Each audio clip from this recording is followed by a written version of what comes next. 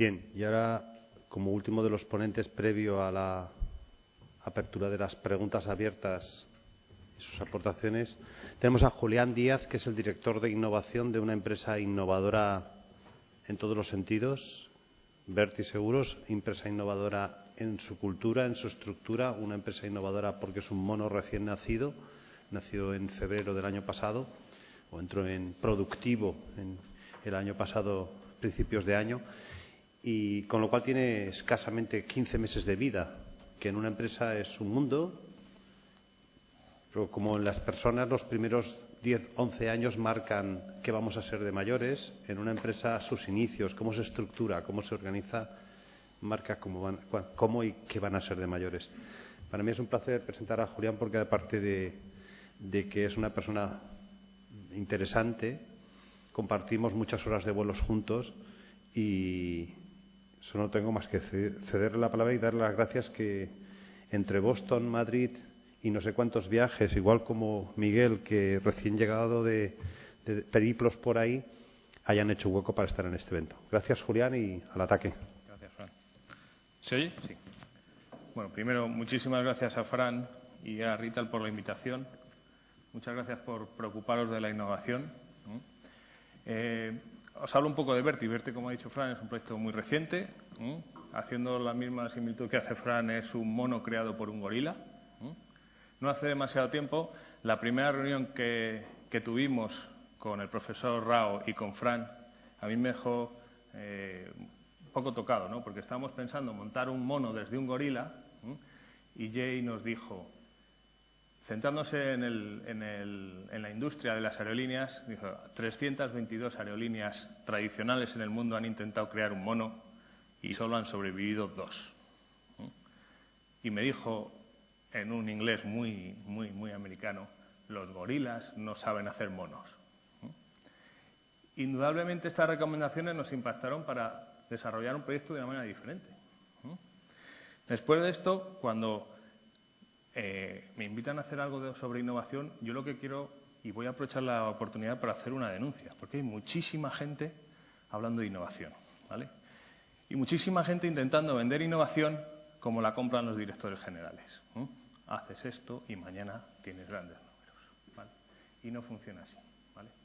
Yo, por otra parte, estoy extremadamente contento, contento, y espero que vosotros también lo estéis, porque si desprestigian la innovación, los que sabemos los caminos que hay que hacer para dar con ellas, tenemos muchísimas ventajas, ¿vale?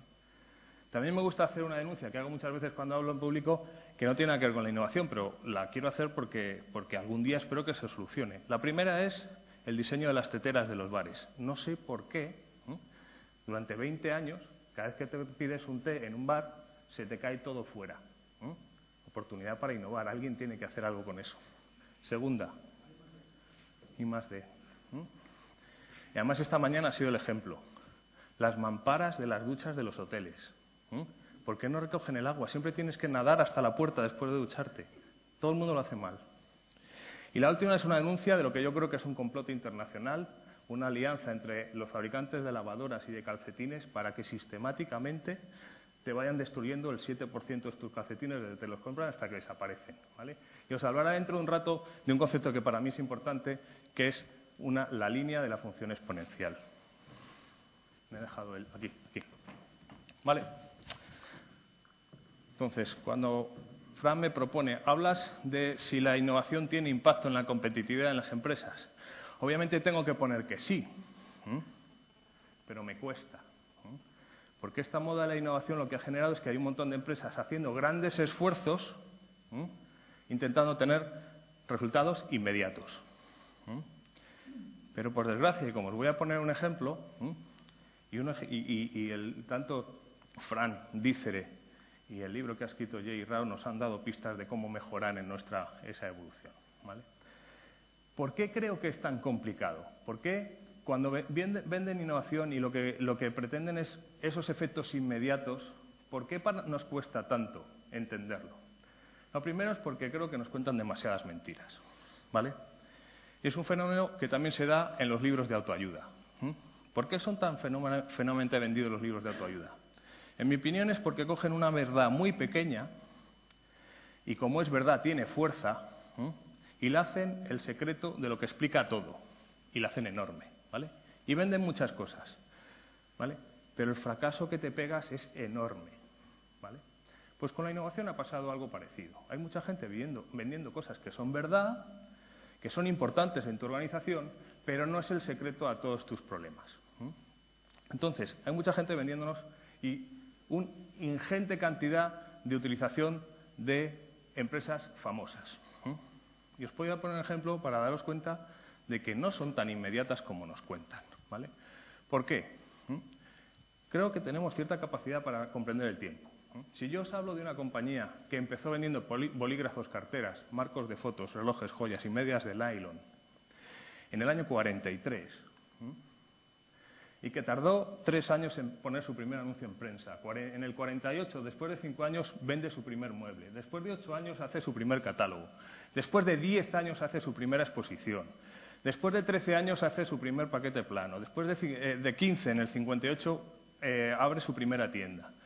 Después de 16 es la primera vez que tiene 100 empleados. Sigo.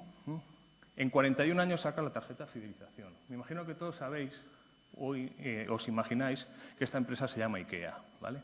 Hoy nos hablan de IKEA como algo que es novedoso, innovación. Imitarlo. Cómo hablan de la experiencia de su cliente, cómo la diseñan. Es un trabajo de muchísimo tiempo. Muchísimo. IKEA es el nombre del fundador, Ingvar Kamprad. Elm Tarif es el nombre de la granja donde vivía y Agun Narit es el nombre de su pueblo.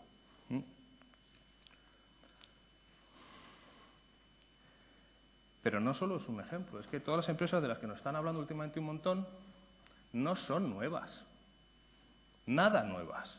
Parece que hemos inventado que Mercadona existe porque hace 3 años el señor Juan Roch decidió montar una especie de roadshows en sus supermercados para observar el cliente. Eso también es una evolución de muchísimo tiempo. La innovación cuesta tiempo y hay que tener mucha paciencia. ¿Por qué creo que esto nos cuesta? ¿Por qué a las empresas nos cuesta tener mucha paciencia? Creo que está relacionada con la capacidad del ser humano para entender una curva exponencial. Os voy a poner un ejemplo, creo que es ilustrativo para ver lo que nos cuesta.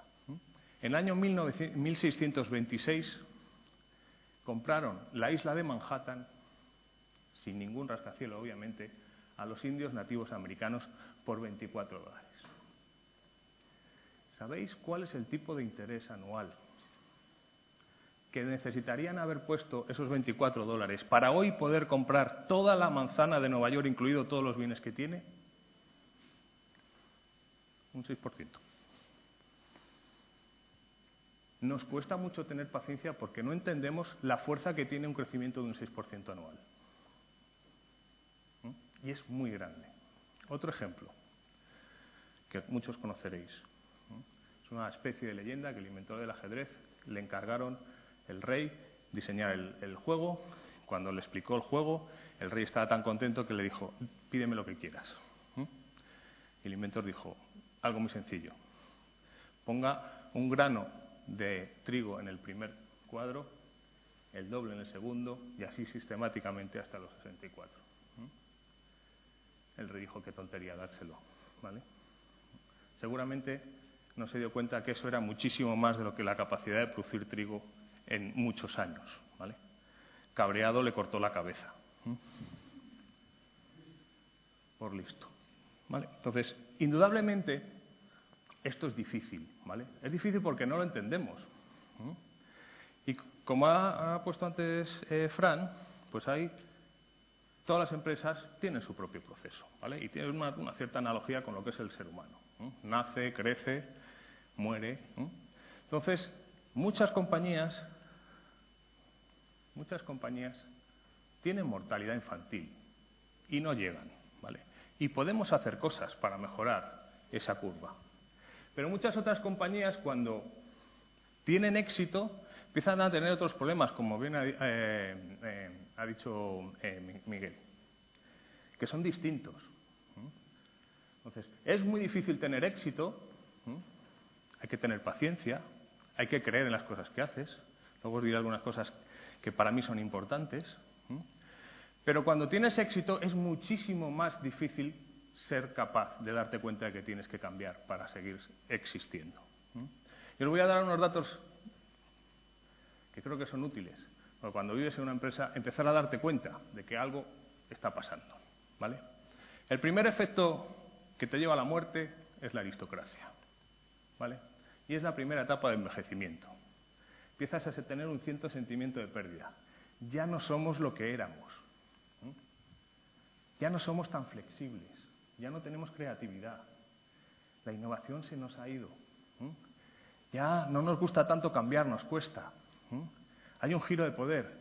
Finanzas ya manda más que marketing. Hay uno que por primera vez ha hablado de ROI. Y tenemos 15 años y nadie ha pensado en esto. Empezamos a medirlo todo y hemos abandonado el pensamiento conceptual. Y lo más jorobado de todo esto, que encima es un proceso sutil. Esa curva va cambiando poquito a poquito, ¿vale? Tiene el fundamento de las curvas de las drogas. Cada día empeoras un poquito, pero no es suficiente como para cambiar. Por eso la gente se engancha. Es lo de la rana en el agua hirviendo. Si la metes cuando está hirviendo, se pega un salto, pero si la dejas y enciendes el fuego, se muere. El siguiente proceso de deterioro, se empieza a hablar mucho de dinero, aparecen los sistemas de control, se empieza a hablar mucho de los beneficios, empiezas a preocuparte de las instalaciones. Las empresas que están en esta etapa, en sus pasillos se pueden montar 100 de las primeras. Empiezas a hablar del cómo frente al qué, la motivación empieza a descender. Como ya no te gusta lo que tienes, es el momento que como más has tenido éxito empiezas a pensar en comprar fuera. Vamos a comprar empresas. Somos una empresa guay, pero claro, como aquí no somos capaces de hacer cosas, somos muy poco proactivos. ¿Qué rasgos? No, esto no es que vayáis a la empresa y decir, mira, no, en general, ¿estas empresas qué rasgos tienen? Sus ejecutivos parece que van a una boda o un funeral. Van de punta en blanco todos los días.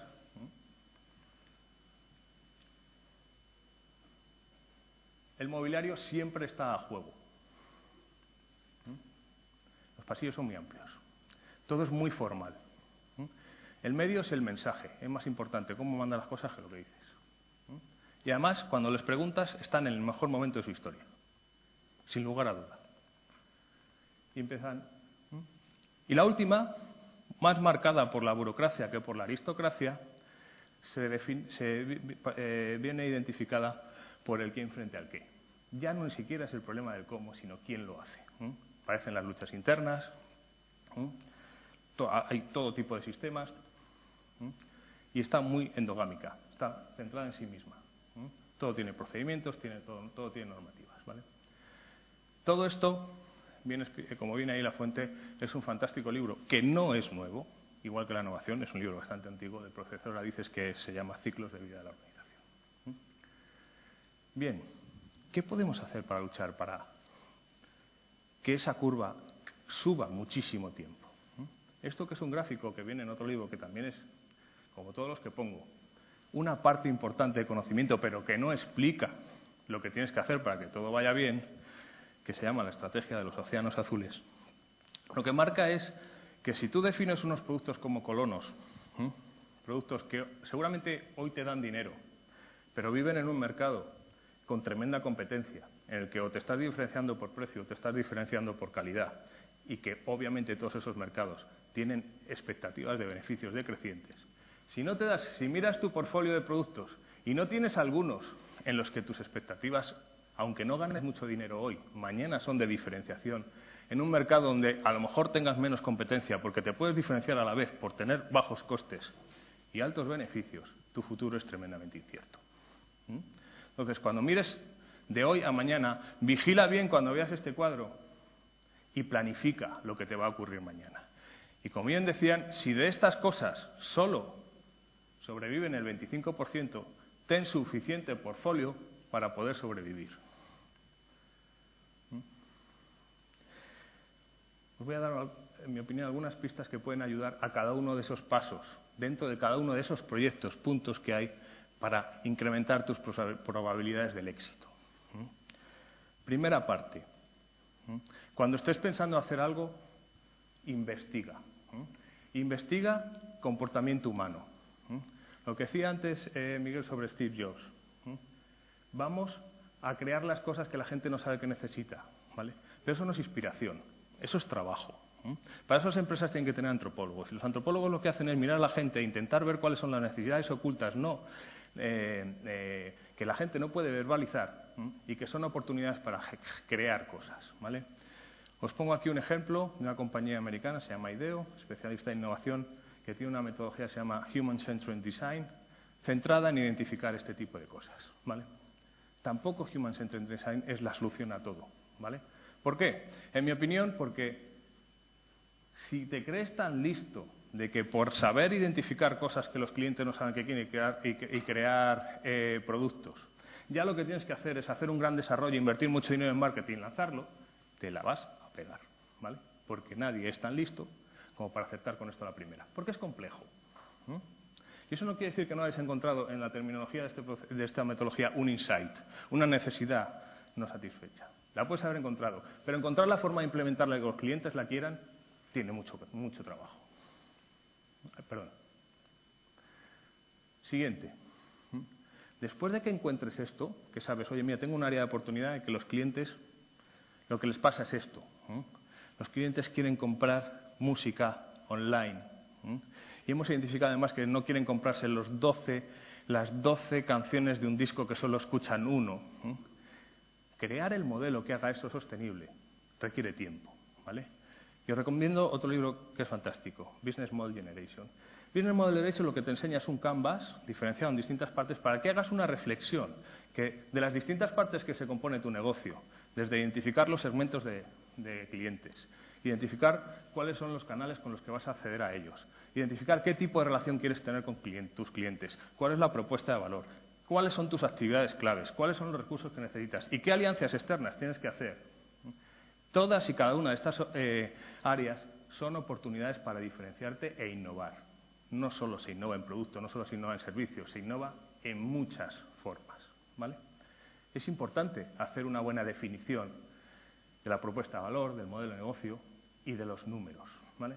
Siguiente error, tremendamente habitual. Hacemos los números, ¿vale? Y como hacen las compañías y los gorilas que viven en un mundo de certidumbre, porque son muy grandes y llevan mucho tiempo, lo que hacen es, hago un plan y la gestión tradicional lo intento cumplir. ¿Qué pasa cuando estás haciendo cosas nuevas? Pues que la incertidumbre es tan grande que el acertar es prácticamente imposible. Y además la incertidumbre está creciendo porque los ciclos de la tecnología y de un montón de cosas se están acelerando.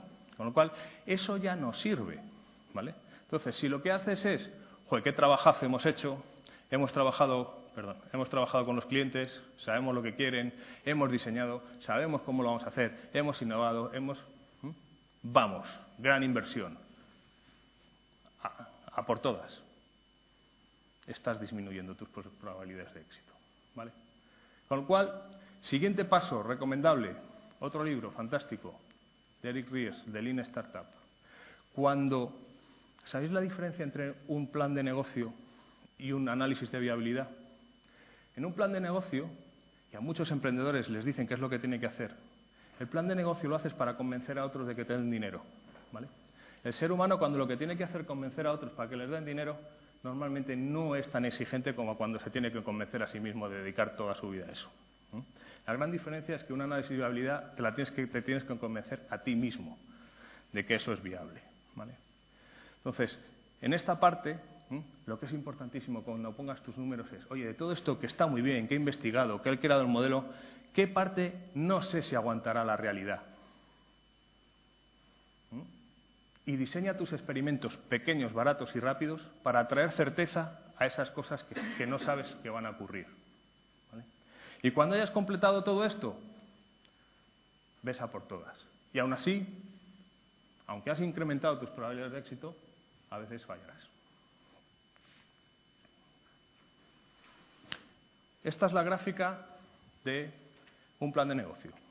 Predicción. Hago un análisis, miro lo que voy a hacer, intento cumplir el plan. En cuanto me encuentro con el primer muro, veo que no es posible y lo dejo. Esta es la gráfica de la creación. Empiezo, me marco un un objetivo. Yo no estoy a favor de esa gente que le dice que lo que hay que hacer es hacer, sin ningún tipo de planificación y que salga lo que Dios quiera. Hay que planificar. Tienes que saber dónde quieres llegar. Pero cuando te encuentres con el primer muro, sé flexible, ¿vale?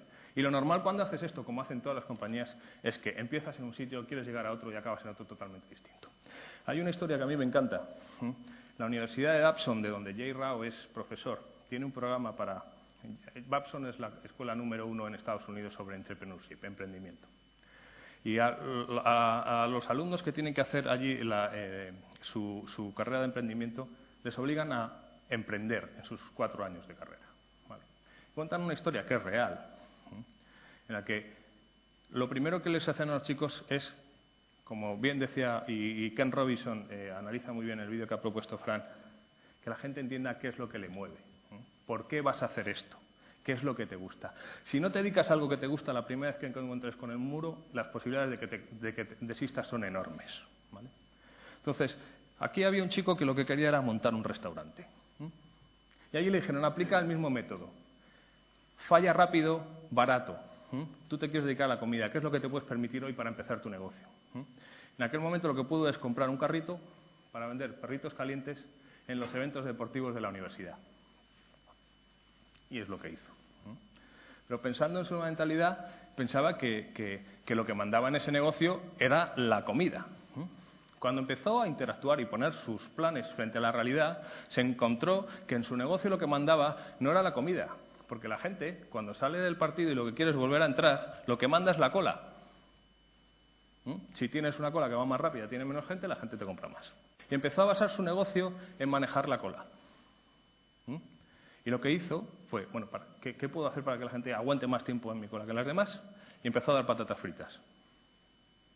Empezó a dar patatas fritas y se empezó a dar cuenta de que cuando daba patatas fritas la gente esperaba más. Y luego se dio cuenta de una cosa tremendamente más interesante. Es que cuando daba patatas fritas, cuando llegaban al puesto, ¿qué pedían? Patatas fritas. Y empezó a investigar cómo hacer mejores patatas fritas. Esta historia acaba después de 11 años vendiendo Stacy's, que es el nombre de la marca de patatas fritas, a PepsiCo por $56 millones. De una persona que quería montar un restaurante.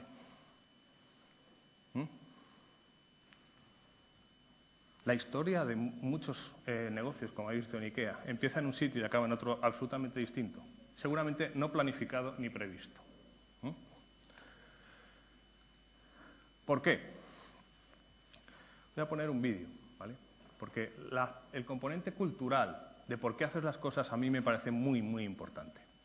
Entonces, otro de los libros que os recomiendo, que también es una pequeña parcela de conocimiento útil, es esta parte cultural de por qué haces las cosas y la fuerza que tiene cuando te dedicas a algo y tienes un porqué, ¿vale? Simon Sinek, que es la persona que habla en el vídeo, cuenta la historia de 2 eventos paralelos intentando desarrollar un avión. If you hire people just because they can do a job, they'll work for your money. But if you hire people who believe what you believe, they work for you with blood and sweat and tears. And nowhere else is there a better example of this than with the Wright brothers. Most people don't know about Samuel Pierpont Langley. And back in the early 20th century, the pursuit of powered man flight was like the dot-com of the day. Everybody was trying it. And Samuel Pierpont Langley had what we assume to be the recipe for success. I mean, even now you ask people, why did your product or why did your company fail? And people always give you the same permutation of the same 3 things. Undercapitalized, the wrong people, bad market conditions. It's always the same 3 things. So let's explore that. Samuel Pierpont Langley was given $50,000 by the War Department to figure out this flying machine. Money was no problem.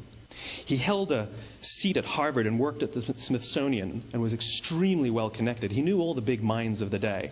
He hired the best minds money could find, and the market conditions were fantastic. The New York Times followed him around everywhere, and everyone was rooting for Langley.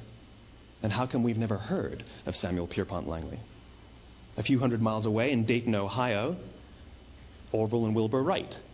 They had none of what we consider to be the recipe for success. They had no money. They paid for their dream with the proceeds from their bicycle shop. Not a single person on the Wright brothers' team had a college education, not even Orville or Wilbur. And the New York Times followed them around nowhere. The difference was Orville and Wilbur were driven by a cause, by a purpose, by a belief. They believed that if they could figure out this flying machine, it'll change the course of the world. Samuel Pierpont Langley was different. He wanted to be rich and he wanted to be famous. He was in pursuit of the result. He was in pursuit of the riches. And lo and behold, look what happened. The people who believed in the Wright brothers' dream worked with them with blood and sweat and tears. The others just worked for the paycheck. And they tell stories of how every time the Wright brothers went out, they would have to take 5 sets of parts because that's how many times they would crash before they came in for supper. And eventually, on December 17th, 1903, the Wright brothers took flight. And no one was there to even experience it. We found out about it a few days later. And further proof that Langley was motivated by the wrong thing, the day the Wright brothers took flight, he quit. He could have said, "That's an amazing discovery, guys, and I will improve upon your technology." But he didn't. He wasn't first. He didn't get rich. He didn't get famous. So he quit. People don't buy what you do, they buy why you do it. And if you talk about what you believe, you will attract those who believe what you believe. Well, why is it important to attract those who believe what you believe?